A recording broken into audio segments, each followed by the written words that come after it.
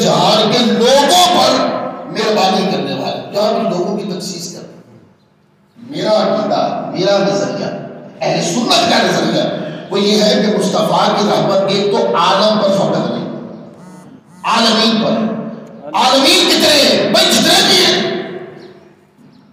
جتنے بھی عالمین ہیں، جن عالمین کا رب کائنات رب العالمین ہے، ان تمام عالمین کے لیے مصطفیٰ رحمت اللہ علیہ، یہ مذہب ہے ہمارا۔ لہذا عالم کے اندر یا عالمین کے اندر، دنیا کے اندر انسان ہیں، جنات ہیں، جانور ہیں، بہائم ہیں، پتھر ہیں، پہاڑ، جتنے بھی چیزیں ہیں، یہ ساری مصطفیٰ کی رحمت کے سائے کے نیچے۔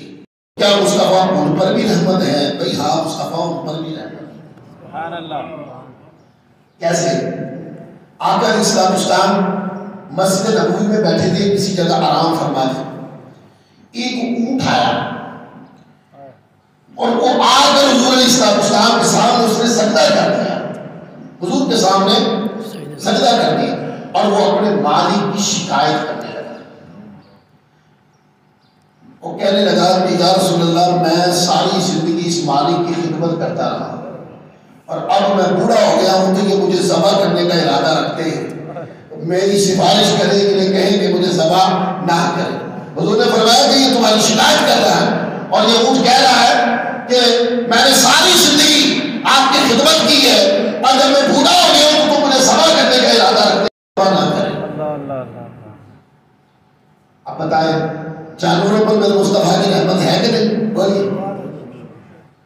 آپ اور میں اور انسان جانور کی کیا سمجھے؟ اور حضور علیہ السلام کو جیسے ہم اپنے دکھڑے سناتے ہیں، جانور بھی دکھڑے سناتے ہیں۔ کائنات کی کون سی بولی ہے جو مصطفیٰ کو بولنی نہیں آتی؟ کون سی بولی ہے جو آقا علیہ السلام کو اس بولی کا علم نہیں؟ ساری بولی اللہ نے کائنات میں مصطفیٰ کے لیے بنائی، اور جتنے بھی مخلوقات ہیں وہ ساری حضور کی بارگاہ میں اپنی جان بندی پیش کر سکتے ہیں۔ ایک اونٹ کا واقعہ مشہور ہے حدیث کی کتابوں میں بڑی وضاحت کے ساتھ۔ ایک اونٹ تھا تو وہ ضدی ہو گیا، جو بھی اس کو پکڑتا اس کو مارتا، لڑتا، ٹکر مار دیتا، پاؤں کے نیچے گھوم دیتا۔ تو اس اونٹ کی شکایت لے کر لوگ حضور کی بارگاہ میں آئے۔ ایک اونٹ ہے اور پاگل ہو گیا ہے، تو فرمایا کہ وہ کہاں ہے؟ فلاں باغ کے اندر اس کو بند کر دیا گیا ہے۔ تو حضور نے فرمایا کہ میرے ساتھ چلو۔ تو جب وہ باغ کا دروازہ قریب آیا تھا، عرض کی یا رسول اللہ آپ اندر نہ جائیں، وہ تو سب کو کھانے کے لیے دوڑتا ہے، مارتا ہے، جانور ہے، تو یا رسول اللہ وہ کہیں آپ کو تکلیف نہ پہنچائے۔ فرمایا کہ نہیں، اس کے اندر یہ ہمت نہیں کہ مجھے تکلیف پہنچائے۔ اللہ۔ حضور علیہ السلام باغ کے اندر گئے، وہ جو اونٹ مارتا تھا، کاٹتا تھا، پاؤں کے نیچے روم دیتا تھا، ایک نظر حضور کے چہرے پہ پڑی، وہ آ کر اس نے حضور کے قدمین میں سجدہ کیا۔ جب قدمین میں سجدہ کیا، حضور نے پیار فرما کر فرمایا تو باندھ دو، یہ رحمت نہیں تو اور کیا ہے؟ بخشش چاہو۔ اب اس میں ترغیب بھی ہے، ساری ترغیب ہے کہ اللہ کی پاکی بیان کرو، بحمد ربک فسبح، تسبیح بیان کرو، اور کیا کرو؟ اور استغفار کرو۔ اے مولا اس کے بعد تیری رضا مل جائے۔ فرمایا وعدہ نہیں ہے، امکان ہے۔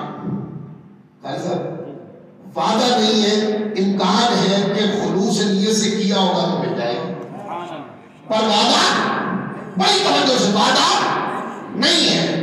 اور اگر کوئی بندہ توبہ کرنے حضور کے وسیلے سے آ گیا،